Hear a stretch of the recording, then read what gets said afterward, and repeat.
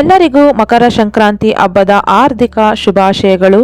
ಎಳ್ಳು ಬೆಲ್ಲ ತಿಂದು ಒಳ್ಳೊಳ್ಳೆ ಮಾತನಾಡಿ ಅಂತ ಹೇಳ್ತಾ ನಮಸ್ಕಾರ ಎಲ್ಲರಿಗೂ. ರಾಜ್ ಶ್ರೀ ಕುಕಿಂಗ್ ಚಾನಲ್ಗೆ ಸ್ವಾಗತ. ನಾನು ಮಮತಾ ಬಸವರಾಜ್. ಸಂಕ್ರಾಂತಿ ಹಬ್ಬದ ವಿಶೇಷವಾಗಿ ಸಿಹಿಗೆಣಸನ್ನು ಬಳಸಿ ಗುಲಾಬ್ ಜಾಮೂನ್ ರೆಸಿಪಿನ ಮಾಡ್ತಾ ಇದ್ದೀನಿ. ನೀವು ಈ ಸಂಕ್ರಾಂತಿ ಹಬ್ಬಕ್ಕೆ ಸಿಹಿಗೆಣಸಿನಿಂದ ಈ ರೀತಿಯಾಗಿ ಗುಲಾಬ್ ಜಾಮೂನ್ ರೆಸಿಪಿನ ಮಾಡ್ಕೊಳ್ಳಿ. ಹಬ್ಬ ಇನ್ನು ವಿಶೇಷವಾಗಿ ಇರುತ್ತೆ. ಇವತ್ತು ಗುಲಾಬ್ ಜಾಮೂನ್ ಮಾಡುವಾಗ ಒಂದು ಎಡವಟ್ಟನ್ನು ಮಾಡಿದ್ರಿಂದ ಉಂಡೆನ ಎಣ್ಣೆಗೆ ಹಾಕಿದ ತಕ್ಷಣ ಎಲ್ಲ ಒಡೆದೋಗ್ತಾ ಇತ್ತು.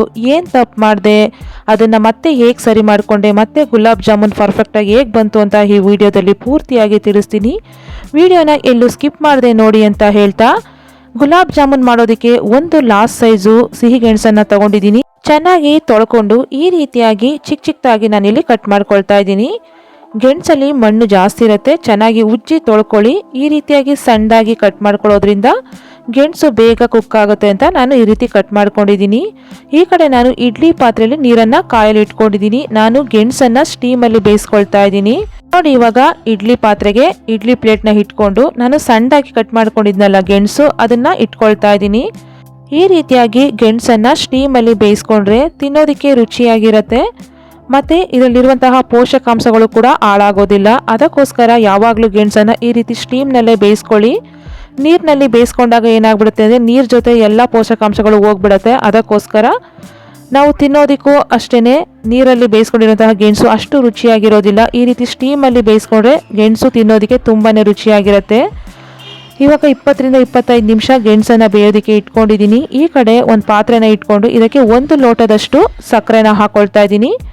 1.5 ಲೋಟದಷ್ಟು ನೀರನ್ನು ಸೇರಿಸ್ಕೊಳ್ತಾ ಇದ್ದೀನಿ. ನಾವು ಇದನ್ನೇನು ಪಾಕ ಮಾಡ್ಕೊಳ್ಳೋದೇನು ಬೇಡ. ಜಸ್ಟ್ ಇದು ಚೆನ್ನಾಗಿ ಒಂದ್ಸರಿ ಕುದಿ ಬಂದಮೇಲೆ 7ರಿಂದ 8 ನಿಮಿಷ ಚೆನ್ನಾಗಿ ಕುದಿಸ್ಕೊಂಡ್ರೆ ಸಾಕು ಹೈ ಫ್ಲೇಮ್ನಲ್ಲೇ. ಮತ್ತು ಈ ಅಳತೆಯಲ್ಲಿ ಹಾಕೊಳ್ಳಿ. 1 ಲೋಟಕ್ಕೆ 1.5 ಲೋಟದಷ್ಟು ನೀರನ್ನು ಸೇರಿಸ್ಕೊಂಡ್ರೆ ಶುಗರ್ ಸಿರಪ್ಪು ತುಂಬಾ ಪರ್ಫೆಕ್ಟ್ ಆಗಿರುತ್ತೆ. ನೋಡಿ, ಈ ರೀತಿಯಾಗಿ 7ರಿಂದ 8 ನಿಮಿಷ ಕುದಿಸ್ಕೊಂಡು ಫ್ಲೇಮ್ನ ಆಫ್ ಮಾಡಿಕೊಂಡ್ರೆ ಸಾಕು. ಇವಾಗ ಇದಕ್ಕೆ ನಾನು ಏಲಕ್ಕಿ ಪೌಡರ್ನ ಹಾಕೊಳ್ತಾ ಇದ್ದೀನಿ. ಏಲಕ್ಕಿ ಪೌಡರ್ ಬದಲು ಕೇಸರಿ ದಳ ಇದ್ರೂ ಕೂಡ ಹಾಕ್ಕೊಳ್ಬೋದು. ಇವಾಗ ಒಂದ್ಸರಿ ಚೆನ್ನಾಗಿ ಮಿಕ್ಸ್ ಮಾಡಿಕೊಂಡು ಪ್ಲೇಟ್ನ ಮುಚ್ಚಿ ಸೈಡ್ಗೆ ಎತ್ತಿಟ್ಕೊಳ್ಳೋಣ. ಶುಗರ್ ಸಿರಪ್ಪು ರೆಡಿಯಾಗಿದೆ. ನೋಡಿ, ತುಂಬ ಪಾಕನೂ ಬರ್ಸ್ಕೊಳ್ಳೋದೇನು ಬೇಡ. ಈ ರೀತಿಯಾಗಿ ನೀವು ಒಂದು 7ರಿಂದ 8 ನಿಮಿಷ ಕುದಿಸ್ಕೊಂಡ್ರೆ ಸಾಕು. ಈ ಕಡೆ ಗೆಣಸನ್ನು ಬೇಯೋದಕ್ಕೆ ಇಟ್ಟು 25 ನಿಮಿಷ ಆಗಿದೆ. ನೋಡೋಣ ಇವಾಗ ಗೆಣಸು ಬೆಂದಿದೆಯಾ ಅಂತ. ನೀವು ಚಾಕು ಅಥವಾ ಫೋರ್ಕಿಂದ ಚುಚ್ಚಿದಾಗ ಈಸಿಯಾಗಿ ಈ ರೀತಿ ಒಳಗಡೆ ಹೋದರೆ ತುಂಬಾ ಪರ್ಫೆಕ್ಟಾಗಿ ಗೆಣಸು ಬೆಂದಿದೆ ಅಂತ. ಇಲ್ಲ ಅಂದರೆ ಇನ್ನೊಂದು ಸ್ವಲ್ಪ ಸಮಯ ಬೇಯಿಸ್ಕೊಳ್ಳಿ. ನೋಡಿ, ಇಲ್ಲಿ ಗೆಣಸು ತುಂಬಾ ಪರ್ಫೆಕ್ಟಾಗಿ ಬೆಂದಿದೆ. ಚಾಕು ಈಸಿಯಾಗಿ ಗೆಣಸು ಒಳಗಡೆ ಹೋಗ್ತಾ ಇದೆ.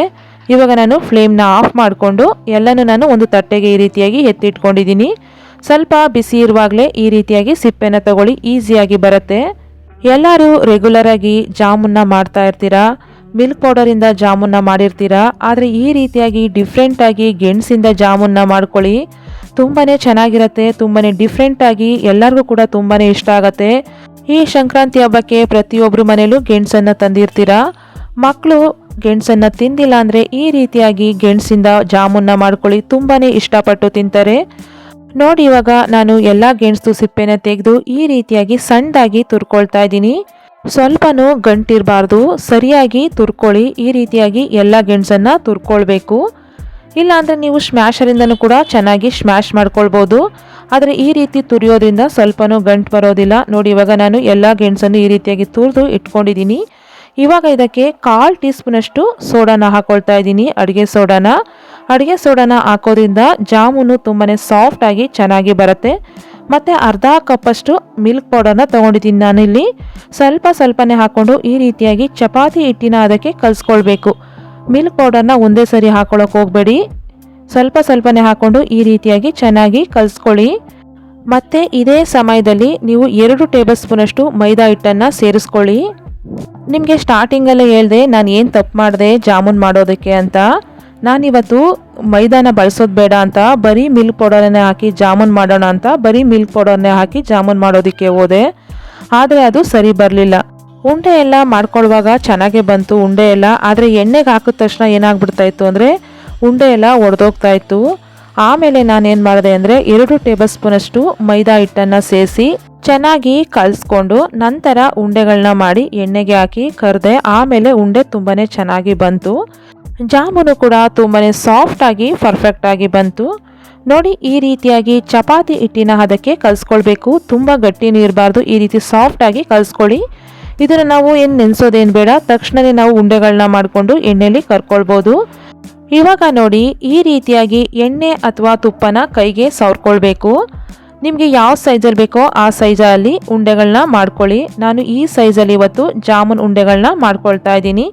ಈ ರೀತಿಯಾಗಿ ತಗೊಂಡು ಉಂಡೆನ ಈ ರೀತಿ ಸಾಫ್ಟಾಗೇ ನಾವು ಮಾಡ್ಕೊಳ್ಬೇಕು. ಜಾಸ್ತಿ ಪ್ರೆಸ್ ಮಾಡ್ಕೊಳ್ಳೋಕೆ ಹೋಗಬೇಡಿ. ಈ ರೀತಿ ಸಾಫ್ಟಾಗಿ ಸ್ವಲ್ಪನೂ ಕ್ರ್ಯಾಕ್ ಇಲ್ಲದೆ ಇರೋ ರೀತಿ ಉಂಡೆಗಳನ್ನ ಮಾಡ್ಕೊಳ್ಳಿ. ನೋಡಿ, ಈ ರೀತಿಯಾಗಿ ಉಂಡೆಗಳನ್ನ ಮಾಡ್ಕೊಳ್ಬೇಕು. ನೀವು ಈ ರೀತಿಯಾಗಾದರೂ ಮಾಡ್ಕೊಳ್ಬೋದು, ಇಲ್ಲಾಂದರೆ ಸಿಲಿಂಡರ್ ಆಕಾರದಲ್ಲಾದರೂ ಮಾಡ್ಕೊಳ್ಬೋದು. ಈ ರೀತಿಯಾಗಿ ಸಾಫ್ಟಾಗೇ ಮಾಡ್ಕೊಳ್ಬೇಕು. ಜಾಸ್ತಿ ಒತ್ತಿ ಉಂಡೆಗಳನ್ನ ಮಾಡೋದಕ್ಕೆ ಹೋಗಬೇಡಿ. ಈ ರೀತಿಯಾಗಿ ನಾನು ಸ್ವಲ್ಪ ಉಂಡೆಗಳನ್ನ ಮಾಡಿ ಇಟ್ಕೊಂಡಿದ್ದೀನಿ. ಒಂದೇ ಸರಿ ಎಲ್ಲ ಉಂಡೆನೂ ಮಾಡಿ ಇಟ್ಕೊಳ್ಳೋಕೆ ಹೋಗಬೇಡಿ. ಉಂಡೆ ಡ್ರೈ ಆಗಿಬಿಟ್ರೆ ಎಣ್ಣೆಗೆ ಹಾಕಿದ ತಕ್ಷಣ ಒಡೆದೋಗೋ ಚಾನ್ಸಸ್ ಇರುತ್ತೆ. ಅದಕ್ಕೋಸ್ಕರ ಸ್ವಲ್ಪನೇ ಉಂಡೆಗಳನ್ನ ಮಾಡಿಕೊಂಡು ಎಣ್ಣೆಯಲ್ಲಿ ಹಾಕಿ ಕರ್ಕೊಳ್ಳಿ.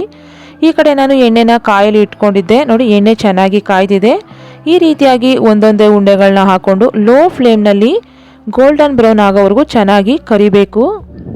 ಉಂಡೆಗಳನ್ನ ಹಾಕಿದ ತಕ್ಷಣ ಸ್ಪೂನನ್ನು ಹಾಕೊಳ್ಳೋದಕ್ಕೆ ಹೋಗಬಾರ್ದು. ಆ ರೀತಿ ಮಾಡಿದಾಗ ಉಂಡೆ ಒಡೆದೋಗೋ ಚಾನ್ಸಸ್ ಇರುತ್ತೆ. ಸ್ವಲ್ಪ ಫ್ರೈ ಆದಮೇಲೆ ಈ ರೀತಿಯಾಗಿ ತಿರುವಾಕೊಂಡು ಚೆನ್ನಾಗಿ ಫ್ರೈ ಮಾಡ್ಕೊಳ್ಬೇಕು ಉಂಡೆಗಳನ್ನ. ಲೋ ಫ್ಲೇಮ್ನಲ್ಲೇ ಫ್ರೈ ಮಾಡ್ಕೊಳ್ಳಿ. ಐ ಫ್ಲೇಮ್ನಲ್ಲಿಟ್ಟು ಫ್ರೈ ಮಾಡ್ಕೊಳ್ಳೋಕೆ ಹೋಗಬೇಡಿ. ಮೇಲ್ ಮಾತ್ರ ಕಲರ್ ಚೇಂಜ್ ಆಗಿಬಿಡುತ್ತೆ, ಒಳಗಡೆ ಹಾಗೆ ಥರ ಇರುತ್ತೆ.